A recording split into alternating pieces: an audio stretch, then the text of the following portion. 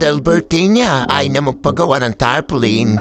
So kami na mismo pupunta sa hindi na nagkatago ng tumbol na to. So sama ko pala dito si paring Angelo.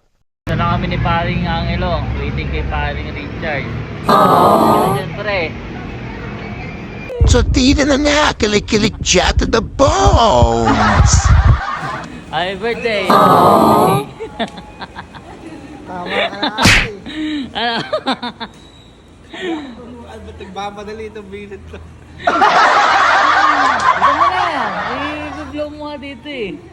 So yun ang nararamdaman ko na tito na luha na siya dahil na siya nakatanggap ng cake sa talambuhay niya. Di siya magpakalis, nararamdaman niya.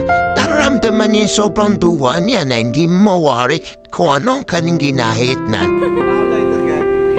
Aleta raw dyan. Ayaw pa suminto.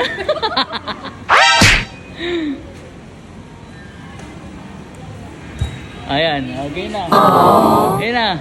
Happy birthday to you. Happy birthday. Ay na nga si Tukmol, pinipigilan ng luha pero di nyo alam na miyaf-miyaf na yan.